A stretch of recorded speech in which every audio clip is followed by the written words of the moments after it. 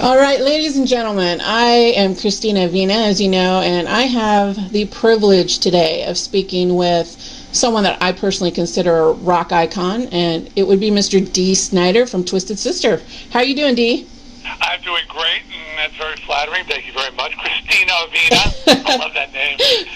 I had another lead singer of a band say that he was going to write a song and rhyme it the whole way through. I would be really interested to see if someone could do that. Well, it's definitely that kind of a name, It's kind of a name a guy could fall in love with, Christina. Oh, that's so sweet. Now I'm flattered. I married into it, though, so hey, I can't take full credit. Wasn't your name? It's kind of like Dukes? Oh, gotcha. My original name was Christina Marie Morales. That also rolled off the tongue. Yeah, that's nice. So you weren't sure there weren't a few more names in the middle there? Yeah, really. I know, right? Us Hispanics, we just have them all in there, like 18 names. Yeah, my guitar player Eddie Ojeda, when he gets his full blown, when he gets his Spanish going, it's like later that same day he's still reading names. Exactly. I'm with you. Well, I got to tell you, obviously, I understand why your interviews have been running long because there's so much people probably want to talk to you about. And, I can't blame them. It's interesting that, in these 25 years, I've managed to do quite a few things, but I'm happy to talk. Well, that's wonderful. And like I said, I'm not the kind of person to blow smoke up anyone's ass when it comes to music. But, this is probably going to be a highlight for me speaking to you because I really do consider Twisted Sister and Dee Snider personally to be, some real... I don't know, just like turning points in music for me and for many bands, a lot that I speak to today. So this is really great for us and for our listeners. So thank you for doing this. Well, fire away. What do you got? What I got is, first of all, we got to talk about this re-release that they're doing, the 25th anniversary edition of Stay Hungry, which is phenomenal. So, I've listened to, most of the unreleased tracks from the second disc.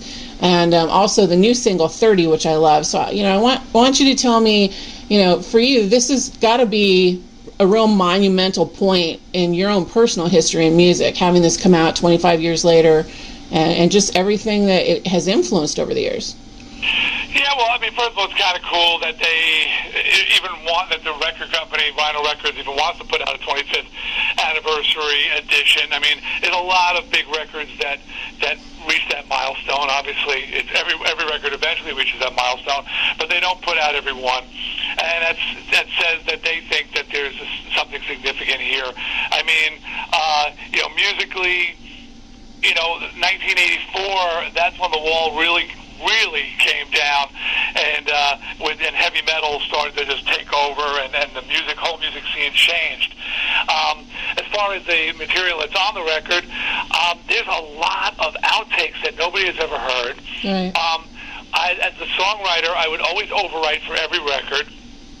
Bring in 15 or 20 songs for a 10-song record, and then the band would democratically vote on the song they like best.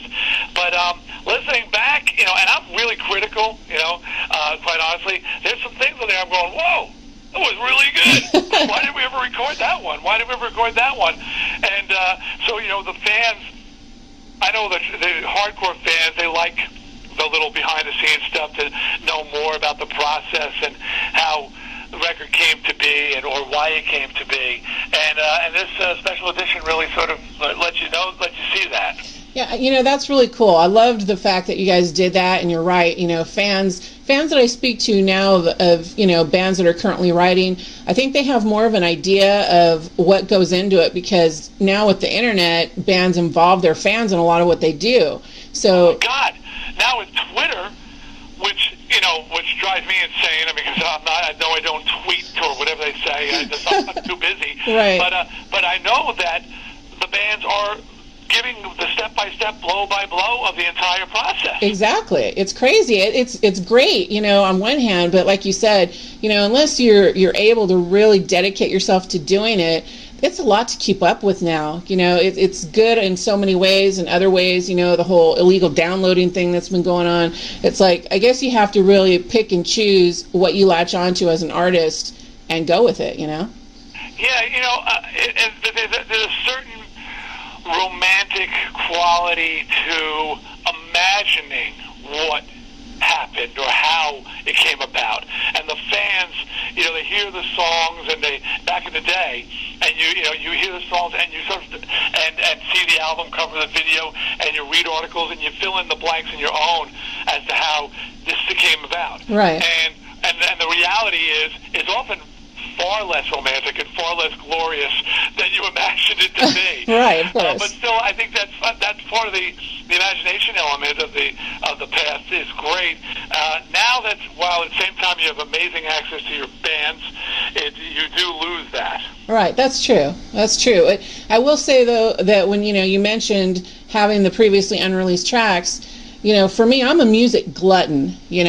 I obviously, doing what I do, I get a lot of stuff sent to me constantly, and I try and listen to it all because I always feel like there's some band to be unearthed that maybe no one's heard of that is just going to become a favorite. But it's true that one of the things I think of is, songwriters, they write a lot more songs that actually end up on the album. And as a fan myself, I'd love to be able to hear those. You just want to hear everything your favorite artists do. Well, and for me, I got to put myself in the fan position as a fan, and because sometimes I say, who's going to care about this? Who's going to care about this, old stuff that's sitting here, Yeah. Seem as significant to me. But then I say, well, I just bought the New York Dolls. I think it's called All Dolled Up. It was this ultra deep 2-disc set of all these outtakes and original recordings because I'm a New York Dolls fan. Right. And I said, well, that kind of fan is going to want to hear this stuff from Twisted Sister, and they're out there. Oh, yeah. I got to appreciate, just as I like listening to this doll stuff and analyzing it, there are fans out there who are going to want to do the same thing with Twisted. Of course, and that it's true. When you're in Twisted Sister, you probably don't think of it as deeply as the fans do, but the reality is, and as much as, you released Stay Hungry only a year after I graduated high school. I'm an 80s rock chick, okay, so this was my time, and I remember everything that came from it and everything that you've done since, but, do you ever step back and say, take a look at everything you guys have accomplished in 25 years, and are you just blown away? Because, it's a lot of shit. Yeah, well, in some hands, you do, because it piles up, so to speak. It made, at the time, there were bands who were a lot more prolific than we were and do a lot more things. But then, as you said in the beginning, and all the interviews have said, there's so much we'd like to talk to you about, because you've done records, and you've done radio, and you've done TV, and you've done movies, and you've written a book, and you've written, and you look back and go, oh man, there's a lot of stuff there, There's a lot to talk about and a lot of experiences to share. So it's actually, more than anything, it's kind of flattering in a way that that people are as interested as they are in what I do and what I've done, and that they continue to be. Because honestly, Christina Avina, I'm still wondering. Now I'm wondering, hey, so what's your last name? Your husband, Avina. You're like, oh no. You'll never forget me, Dee. I swear. No, you'll never forget this interview just because of my name. So I'm glad. Christina Avina. So, but in all reality, it's just you just can't. You just feel blessed that people have the interest and continue to have interest in what you do. Absolutely. I can imagine. I think I would be in awe of myself if I were you personally, but that's just me, because like you said, it's not just the music. You personally have accomplished so much, and I am also a huge fan of Strangeland. One of my favorite movies, I got to tell you. Well, actually, we're finally going into production on Strangeland Disciple, which is the sequel, and everything's still moving ahead. It looks like we're starting shooting in October. Oh, that's awesome. And so for a 2010 release, finally. For Strangeland fans out there who are curious, what the hell's taking so long?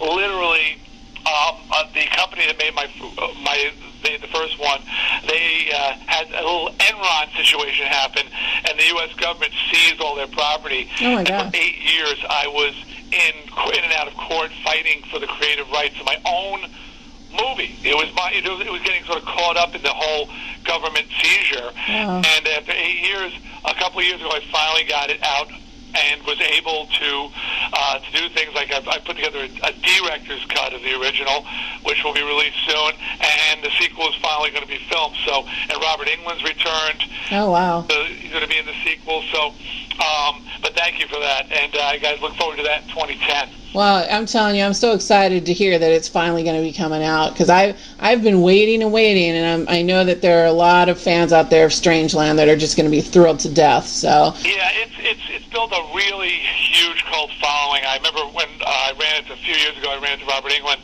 at a horror convention, where we hang out. Of course. And he pulled me on the side. He goes, "Dude, you have got a bona fide cult hit." He goes, at that time he was traveling around the world promoting Freddy versus Jason. Yeah. Because everywhere I go, I'm signing copies of Strangeland. And there was a guy in Scotland who took off his shirt and he had an entire back piece of Captain Howdy versus Freddy Krueger. Oh my gosh. And he said, "Are you doing a sequel?" And I said, "Well, I'm hoping to." He goes, "Am I in it?"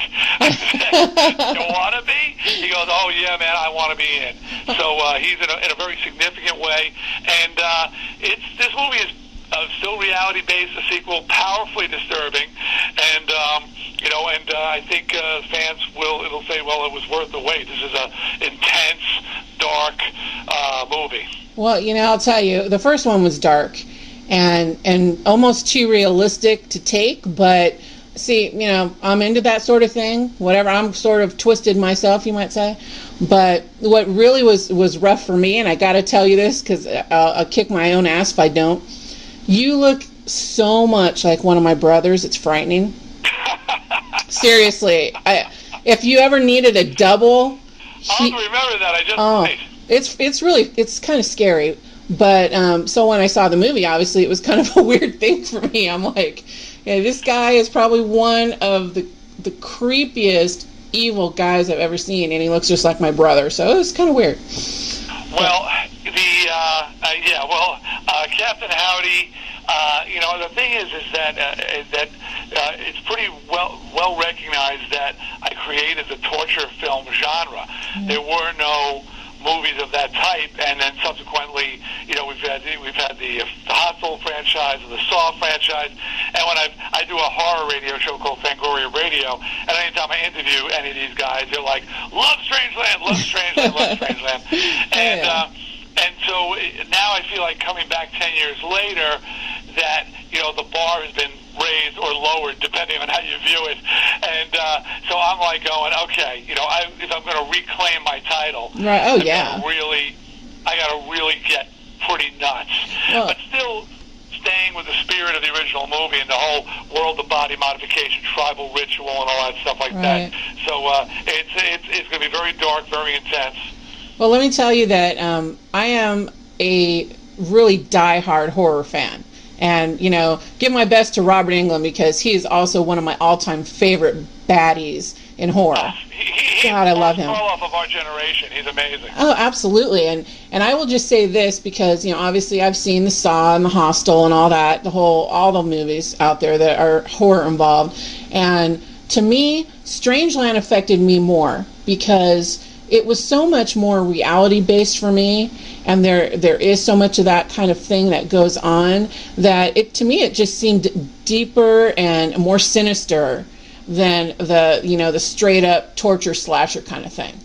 Well, I appreciate you saying that. I really, as the end product was not exactly what I had hoped for. I ran into some major problems with the director, who shall remain nameless, and he really screwed up a lot of things. You should read the original script, and I really worked long and hard to create a very well-paced, moving story that had great, character development. And again, I think reality is far scarier than fantasy. There's an escape mechanism when it's the boogeyman. Right. It doesn't go, well, there are no boogeymen, and that's the end of it. Yeah. But when you deal with something as real as the Captain Howdy character was, it was disturbing to a lot of people. So, with that said, I just tell you a little story. When my first line with everything I do, the first person who sees everything is my wife, Suzette. Right. We've been together 32 years, 33 now, I guess, and so I finished the script for Strangeland.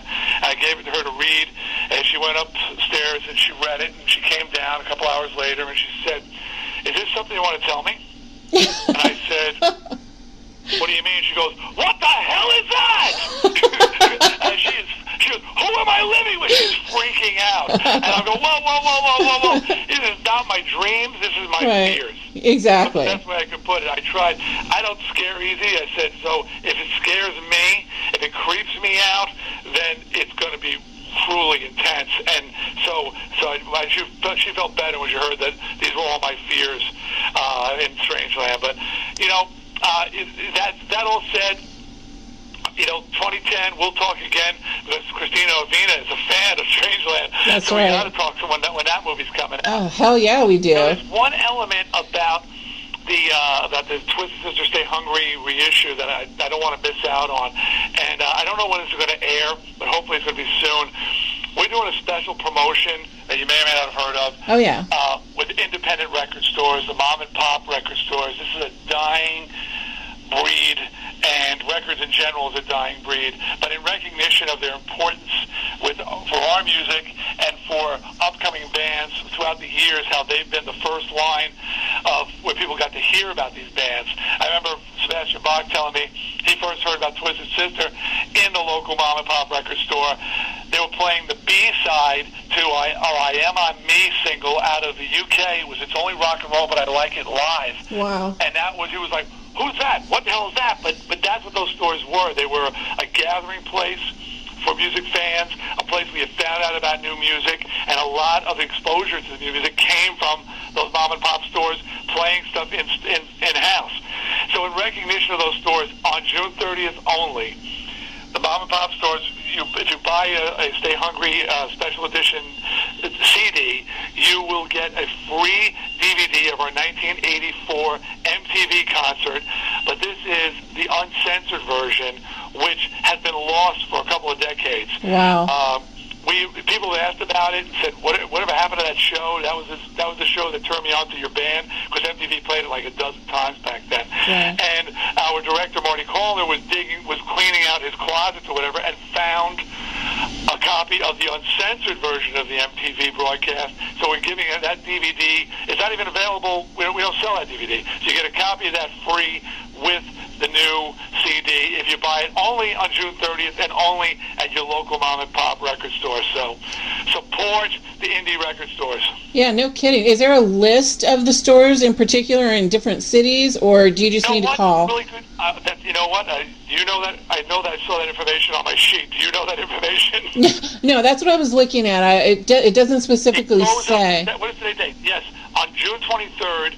On TwistedSister.com, okay. They're going to post a listing of stores that'll have the DVDs, and that you can get your free copy. And again, everybody does something with the Walmarts and the Best Buys, and and the mega chains. We would not be where we are or have the success we have if we did not have the support of those local stores. And in recognition, again, you're fighting the tide here, because records in general are drying up. The stores aren't going to have CDs. Eventually there'll be nothing but downloads. Right. But appreciation now, we're doing a special deal. That's so awesome. I really like that idea, because I know, like, for me, that was, where I was introduced to most of my favorite artists back in the day. So I agree. Fantastic. The importance of these stores cannot be spoken about enough. And so this is an opportunity, like I said, for us to acknowledge them. We're calling it Independence Day, but it's June 30th, and it's all about independent record stores. Christina, it's a pleasure talking to you, and like I said, I'd love to talk to you again sometime. I would love it. At Strangeland, we finally get shooting. Oh, one other thing that your listeners might find interesting, assuming they like the movie as much as you. If you're interested in being a Strangeland disciple, we've got supporting roles. We're doing a national outreach program, casting this thing. And yeah, it's a promotional idea, but because it's an indie film. But hey, you could be in it. And we've got a lot of club scenes. There's one place called the Torture Garden, where every kind of freak and geek in the world is going to be there. Amazing. And go to screentest.biz, B-I-Z, okay. screentest.biz, and you can actually go online, upload a photo, a headshot, and actually possibly get an audition. We will really be we'll be casting some people, a number of people actually, extras roles and some supporting roles from the internet, screentest.biz. Oh, that's awesome. I'm going to definitely check that out, and I'll put a link to that up on the site as well. That'd be great. That'd be really great, because so many, you can't believe the amount of people come up to me, pierced and branded and tattooed, and they go, "Dude, I want to be in the movie." Yeah, no kidding, right? String me up. Well, now's your chance. Well, let me. Because it's going to be crazy. I know that you have to go, and there's like a million things I would still want to ask you, but I'm going to see if you're up for doing what every other artist that talks to me does, and they get to end our interview by asking me a question. And you can if you want to. You don't have to, but it's open for any topic. Open for any topic. Anyone under the sun, no holds barred. We're not censored. No holds barred, uncensored. Okay, Christina Avina. Damn. Okay. Well, your name is so is so sensual. It really is, actually. I'm getting some great pictures in my mind. Just out of curiosity, okay, what kind of guy? I know you're married. You're married into Avina. So what kind of guy did you date back in the 80s? What was your type? Well, I'll tell you what my type is, okay? And I'm not going to say... It still continues to be? Yeah, I think that was with you, actually. It still continues to be, but then I'll let you know whether or not I married that type, okay? Okay. All right, my type is tall, long hair, love tats, love ink, love piercings, strong but not too much of a muscle head, and just a very artistic, sensual guy. That's my type. Nice. Did you marry that type? Not even close. Not even close. He's a businessman with short hair. Not even close to as much as into music as I am. But there's, obviously something my guest said about opposites attract, right? Yeah. Or in my wife's case, I wouldn't go away. So she has her type, and it's nothing like when she married. Oh God! Because I just refuse to give up. Well, she's a lucky lady. There you go. Christina, great talking to you. Look forward to talking to you again, and I'll have another more in-depth question next time. Oh, well, think about it. We'll go deep. Okay. All right. Well, there, you already answered my question. There you go. We could probably go on for days here. Well. Yeah, sexual innuendo was what the 80s was all about. That's right. And rock and roll. Well, thank you so much, Dee. I really appreciate it, and I know our fans will too. Pleasure. Talk to you again sometime. All right, Dee. Bye. Bye-bye.